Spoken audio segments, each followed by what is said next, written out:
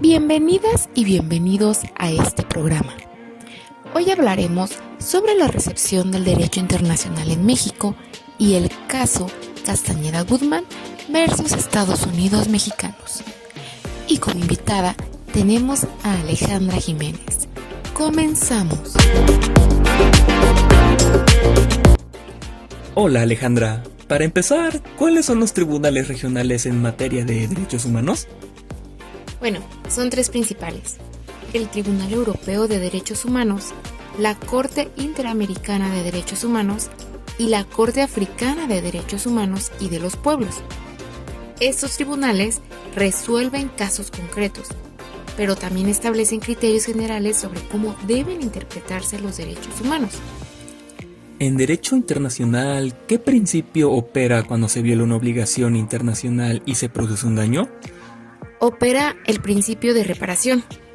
Esto significa que cuando un Estado incumple una obligación internacional y causa daño, tiene el deber de repararlo adecuadamente.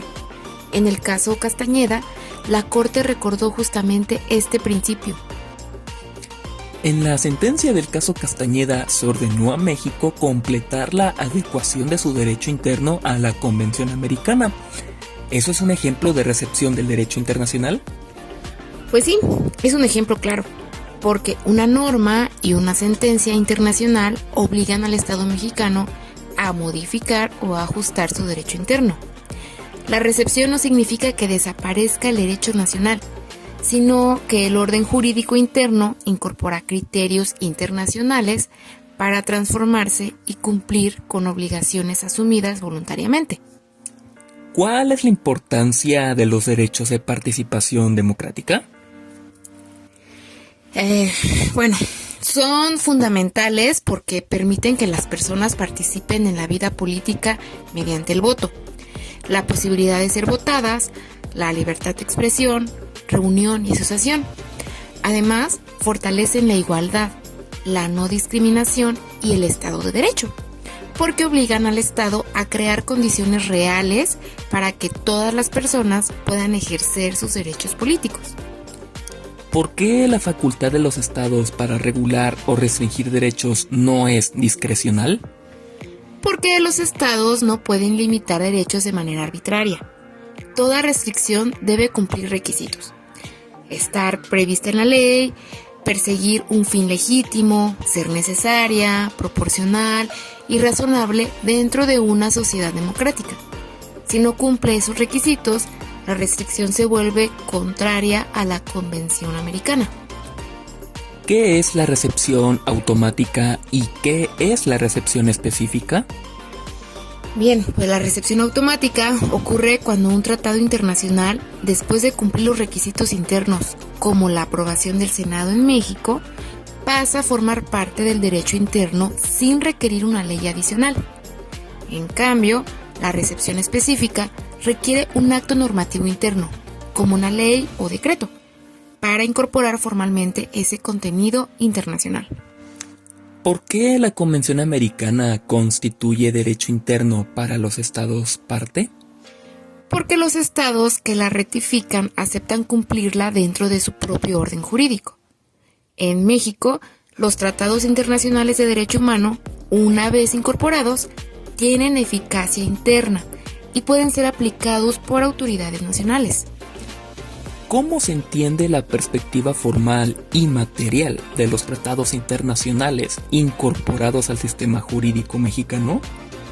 Bien, pues desde una perspectiva formal, los tratados entran al sistema jurídico mediante procedimientos establecidos, como firma, aprobación del Senado y rectificación. Desde una perspectiva material, su contenido obliga al Estado, especialmente cuando amplía o protege derechos humanos.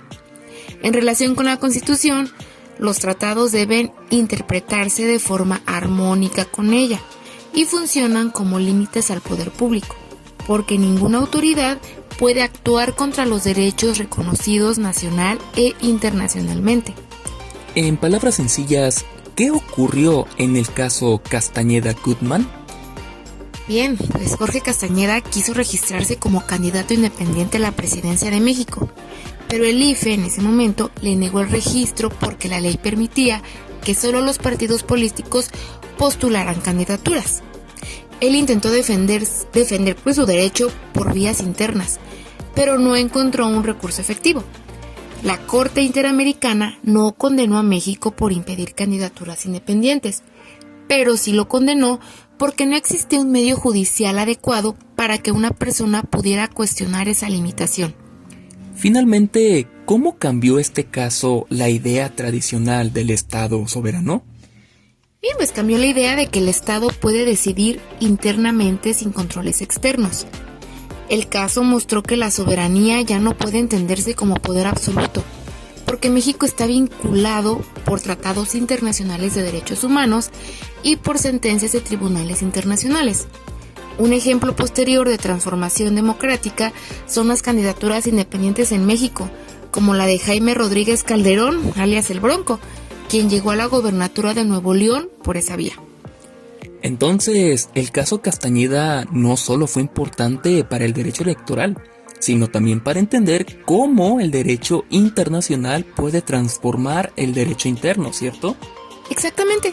Desde una mirada de ciencias sociales, el caso muestra que los derechos no son solo normas escritas, necesitan instituciones, recursos judiciales y mecanismos reales para que las personas puedan ejercerlos. Gracias por escucharnos en este episodio. Los invitamos a escucharnos en el próximo. Hasta luego.